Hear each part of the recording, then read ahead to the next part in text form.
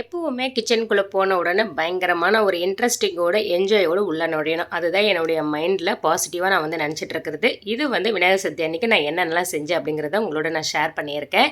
நீங்க என்னென்னலாம் செஞ்சீங்க அப்படிங்கிறத மறக்காம கமெண்ட் பண்ணுங்க. ஜீவா ஸ்ரீ கிச்சன் சேனலை பார்க்குறவங்க முதல்ல சப்ஸ்கிரைப் பண்ணிட்டு பாருங்க. நம்ம சேனல் ரொம்ப லோவா இருக்கு இல்லைங்களா? கொஞ்சம் நீங்க சப்போர்ட் பண்ணீங்கன்னா தான் நான் கொஞ்சம் மேல வர முடியும். முடிந்த அளவுக்கு நல்லாவே கொஞ்சம் நான் பண்ண பார்க்குறேன். நீங்க கொஞ்சம் இருந்தாலும் என்ன என்கரேஜ் பண்ணுங்க.